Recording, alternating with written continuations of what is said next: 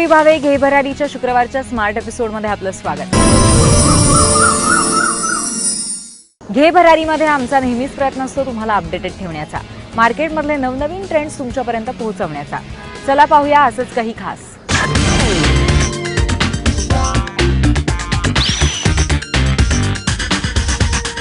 प्रत्येक भारतीय जो आहे त्याला आपले मूलभूत अधिकार, आपले मूलभूत हक्क आणि गरजा मिळाल्या पाहिजे. मात्र आजही समाजात असे बरेच वर्ग आहेत ज्यांना आपल्या मूलभूत गरजा सुद्धा भागवता येत नाही आणि त्यासाठी काम करणारी एक संस्था म्हणजे ग्रीन सोल. आज आपण या संस्थेचं काम जाणून घेणार आहोत आणि त्यांच्यातर्फे इतर समाजाला कशी आपली मदत होऊ शकते, समाजातल्या वंचित भागाला कसं ते वर आणण्याचा प्रयत्न करताय हे सुद्धा जाणून घेणार आहोत.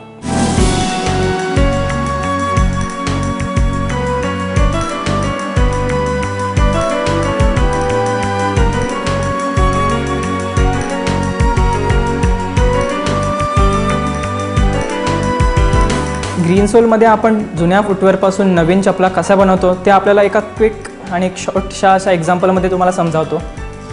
तर हे आहेत तुमचे जुने बुटं जे आपल्या घरात पडलेले असतील किंवा नसतील वापरत, तर ते ग्रीन सोलकडे येतात, बरोबर.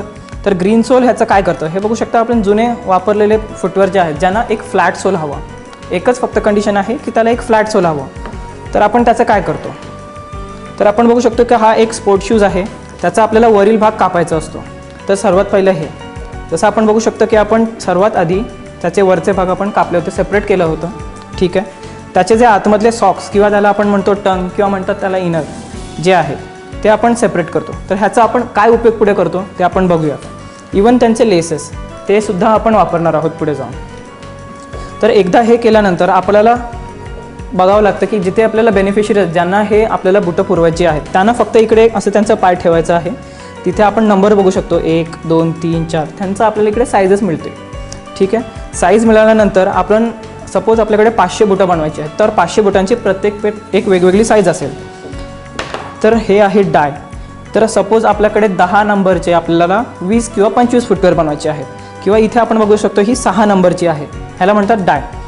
तर आपण जे सेपरेट केले होते, जे हे सोल्स आहेत जे आपण पूर्वी त्या बुटांपासून काढले होते, ह्याच्यापासून आपण जेव्हा सेपरेट केल्यानंतर जे आपल्याकडे हे जे उरतं त्याच्यावरती आपण हे असं ठेवतो आणि मग त्याच्यावरती एक जोराने मशीन प्रेस करतो. जसं तुम्ही बघू शकता की इकडे एक असं सोल अडकलेलं आहे. तर आपल्याला भेटतं हे ग्रीन सोलच्या डिझाईननुसार स्टँडर्डाइज सोल एका जुन्या फुटवेअरपासून. हे सध्या तरी वेस्ट आहे, पण ह्याच्या पुढे आपण काय उपयोग करूयात त्याच्यावरती ग्रीन सोल विचार करताय.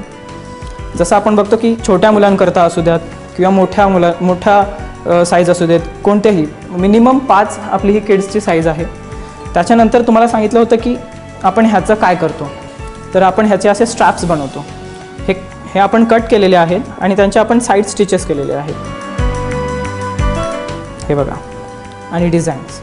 सो आता आपल्याकडे हे आहेत आणि हे आहेत, ठीक आहे. त्याच्यानंतर आपल्याला त्याच्यावरती म्हणजे इथे एक कम्फर्टेबल आणि क्लीन कसं आपल्याला याच्यापैकी फुटवेअर बनवता येईल त्याच्यासाठी ह्याला पूर्णपणे क्लीन केलं जातं.